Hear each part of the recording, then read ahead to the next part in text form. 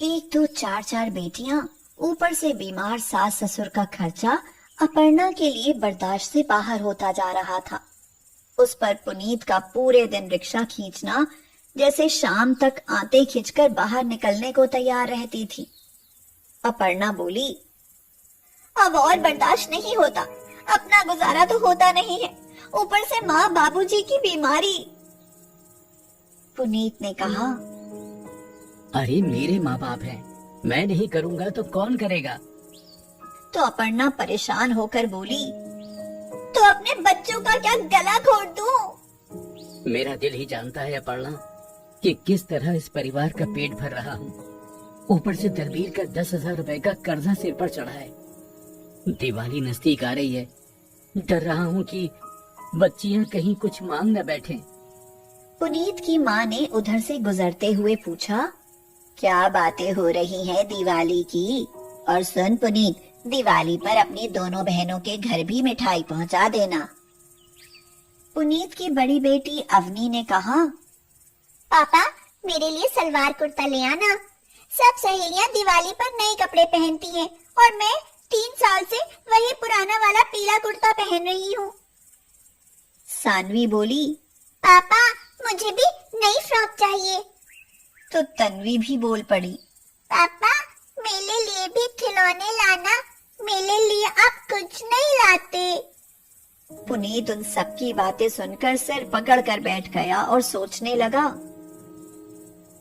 शुक्र है कि अभी छुटकी बोलना नहीं सीखी, वरना वो भी कुछ न कुछ जरूर मांगती। सोचा था कि कई दिनों से छत टपक रही है, इसे पक्की करा दूं, लेकिन ये दिवाली किसने बनाया है? ये त्योहार गरीबों को तो यह त्योहार खून के आंसू रुलाता है। अपर्णा ने उससे पूछा, किस सोच में पड़ गए? मन तो करता है कि जहर खा लूं, लेकिन इन बच्चियों को देखकर रुक जाता हूँ। माँ को मिठाई की पड़ी है, मगर ये नहीं सोचती कि 2 वक्त का खाना मिल जाए वही गनीमत है। अरे ओ पुनीत, जरा बाहर तो आ। अरे घर में छुपने से काम नहीं चलेगा। क्या हुआ दलबीर, इतनी जोर से क्यों चिल्ला रहे हो? ओहो, जैसे कुछ जानते ही नहीं हो।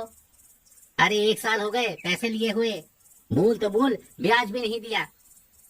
अपर्णा कहती है, दिवाली तक रुक जाओ भाई साहब, दिवाली के बाद आपके सारे पैसे लौटा देंगे।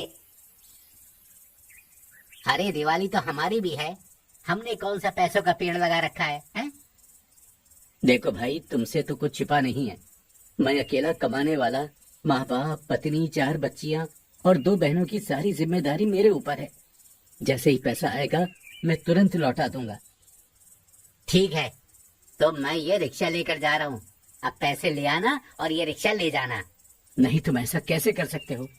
अरे यही तो मेरे कमाने का साधन है। अगर उसे ही ले जाओगे तो मैं पैसा कहाँ से लाऊंगा?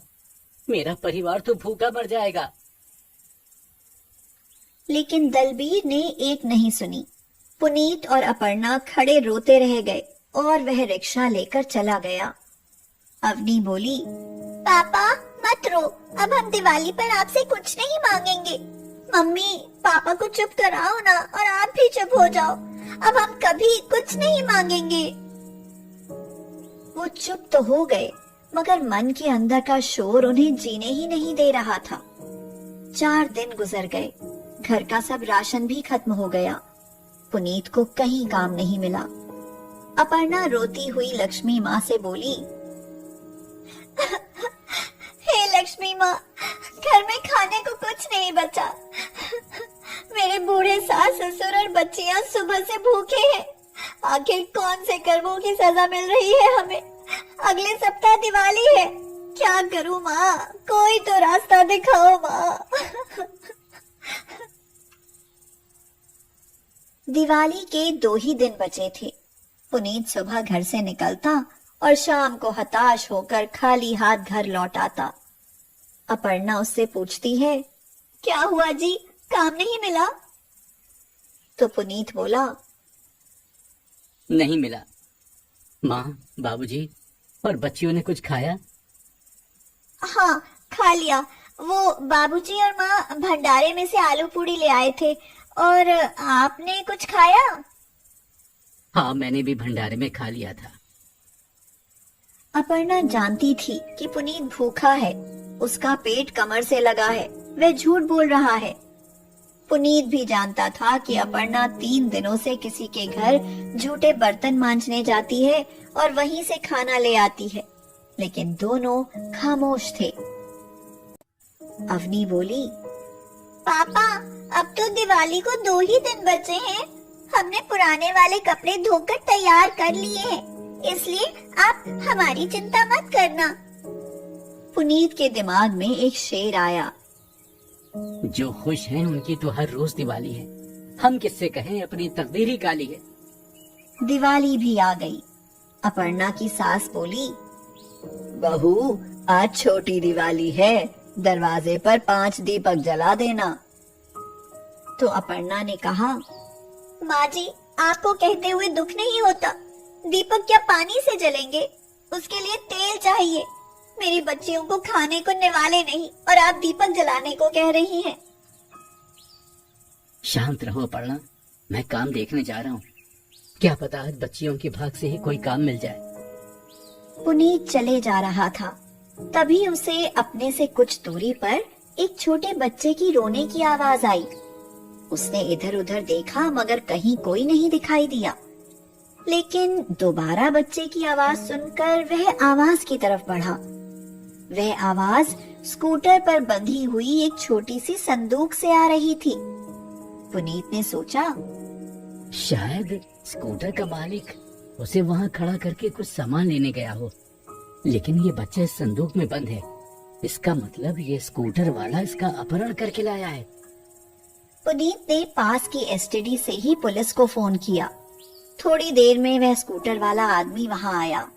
जैसे ही उसने स्कूटर स्टार्ट किया, पुलिस ने उसे दबोच लिया।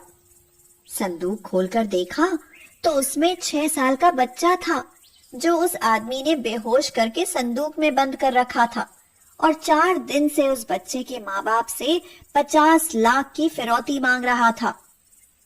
पुलिस ने कहा, आपका बहुत बहुत धन्यवाद, हमें इस बच्चे की पिछले 4 दिनों से तलाश थी। ये बच्चा शहर के नामी रईस दिवाकर जी का है।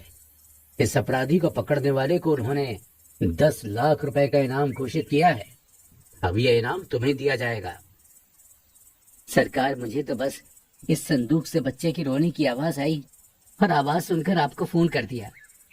पुलिस ने दिवाकर और उसकी पत्नी सरिता को बुलाकर उन्हें उनका बच्चा सौंप दिया। पुनीत अपना नाम पता लिखवाकर अपने घर चला आया। थोड़ी देर बाद अपर्णा और पुनीत ने देखा कि दरवाजे पर पुलिस खड़ी है और साथ में वह बच्चा और उसके माँ बाप भी। देखिए, यह है पुनीत, इन्होंने आपके बच्चे की जान बचाई है। दिवाकर और सरिता ने हाथ जोड़ते हुए कहा, भाई साहब, ये हमारा इकलौता बेटा है जो शादी के 10 साल बाद बड़ी मन्नतों से हुआ है। अगर इसे कुछ हो जाता तो हम जिंदा नहीं रहते। आपने हमें दिवाली का इतना बहुमूल्य उपहार दिया है, इसका एहसान हम कभी नहीं भूलेंगे। ये लो 10 लाख रुपए जो हमने इस अपहरणकर्ता के लिए इनाम रखा था। नहीं साहब, ये पैसे नहीं चाहिए, आपका बेटा आपको मिल गया, हमारे लिए वही बहुत खुशी की बात है।